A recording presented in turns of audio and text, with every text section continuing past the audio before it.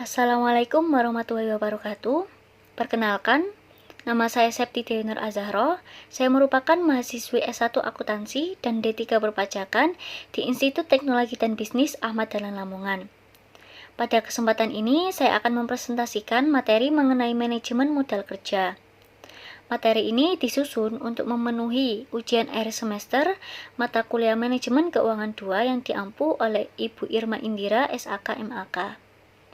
Nah, dalam penyusunan materi, saya mengambil sumber dari buku Manajemen Keuangan yang ditulis oleh Samsuri Rijal Hasan dan tim pada tahun 2022 yang dipublikasi oleh CV Pena Persada yang berlokasi di Purwokerto Selatan, Jawa Tengah.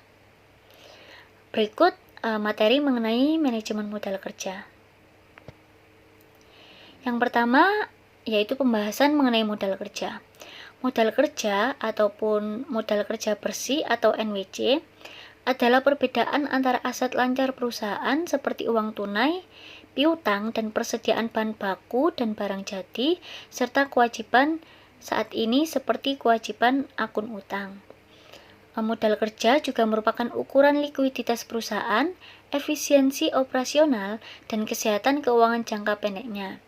Jika perusahaan memiliki modal kerja yang besar, maka perusahaan harus memiliki potensi untuk berinvestasi dan tumbuh. Jika aset lancar perusahaan tidak melebihi kewajiban lancar, maka perusahaan mungkin mengalami kesulitan untuk tumbuh ataupun membayar kembali kreditor atau bahkan mengalami kebangkrutan. Selanjutnya mengenai konsep modal kerja.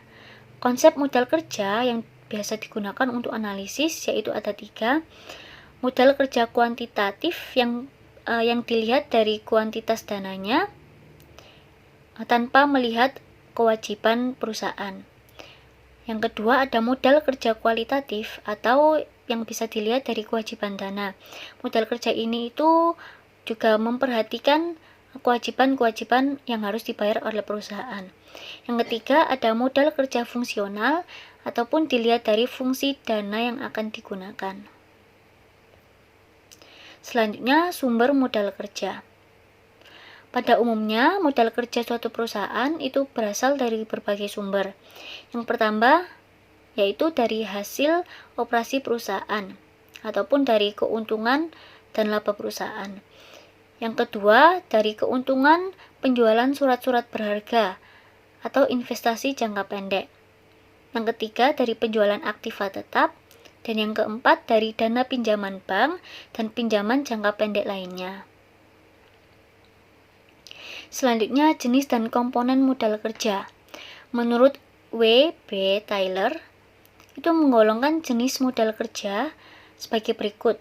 Yang pertama, ada modal kerja permanen atau permanent working capital, di mana modal kerja ini itu harus ada pada perusahaan pada setiap periodenya. Modal kerja permanen ini dibagi menjadi 2, yaitu modal kerja primer atau primary working capital dan modal kerja normal atau normal working capital. Yang kedua ada modal kerja variabel atau variable working capital, di mana modal kerja ini itu berubah-ubah.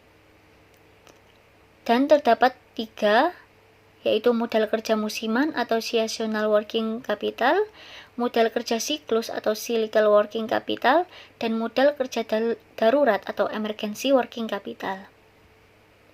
Selanjutnya komponen modal kerja. Komponen modal kerja menurut Rianto tahun 2010 yaitu yang pertama ada kas, di mana kas merupakan bagian dari harta perusahaan yang paling liquid dan dapat digunakan untuk memenuhi kewajiban finansial perusahaan. Yang kedua yaitu piutang dagang yang diterapkan pada perusahaan.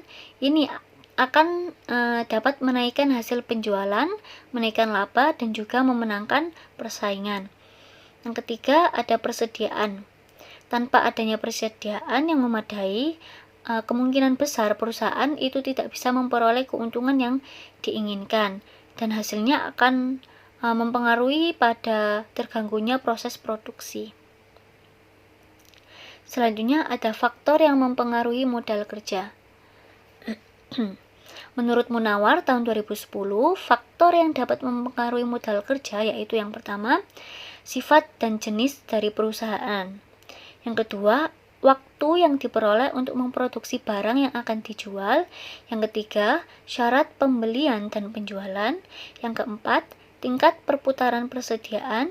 Yang kelima, tingkat perputaran piutang. Yang keenam, volume penjualan. Dan yang terakhir, ketujuh, tingkat perputaran persediaan. Selanjutnya, manfaat dari modal kerja.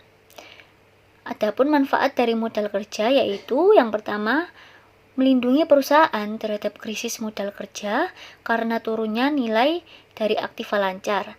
Yang kedua, memungkinkan untuk dapat membayar semua kewajiban-kewajiban tepat pada waktunya. Yang ketiga, menjamin dimilikinya kredit standing perusahaan yang semakin besar dan memungkinkan bagi perusahaan untuk menghadapi bahaya ataupun kesulitan keuangan yang mungkin akan terjadi. Yang keempat, memungkinkan untuk memiliki persediaan dalam jumlah yang cukup untuk melayani para konsumennya. Yang kelima, memungkinkan bagi perusahaan untuk memberikan syarat kredit yang lebih menguntungkan kepada para pelanggan.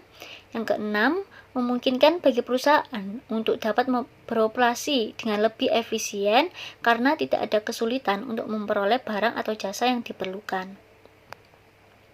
Selanjutnya, potensi jumlah modal kerja, di mana potensi ini tergantung pada dua hal, yaitu jumlah operasi pokok atau penjualan dan juga perputaran modal kerja. Untuk jumlah operasi pokok atau penjualan itu dilihat dari semakin besar penjualan atau operasi pokoknya, maka keperluan modal bisnis pun akan semakin besar. Begitu juga sebaliknya. Sedangkan untuk perputaran modal kerja dilihat dari semakin cepat perputaran modal kerja, maka modal yang diperlukan juga akan relatif lebih besar. Begitupun juga sebaliknya. Selanjutnya, mengenai manajemen modal kerja.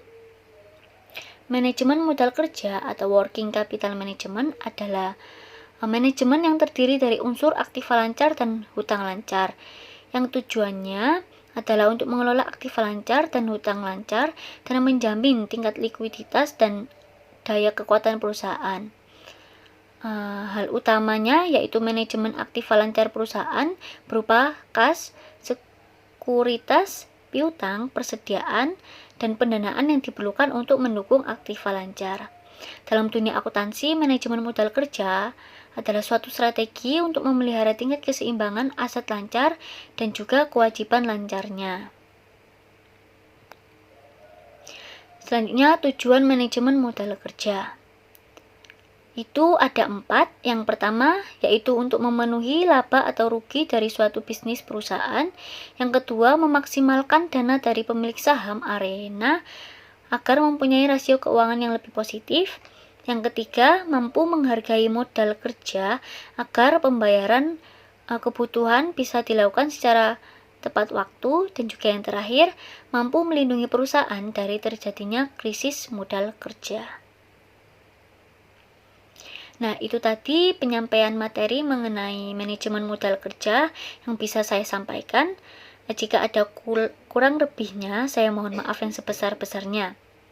Saya akhiri presentasi materi yang saya lakukan. Wabillahi taufiq wal hidayah. Wassalamualaikum warahmatullahi wabarakatuh.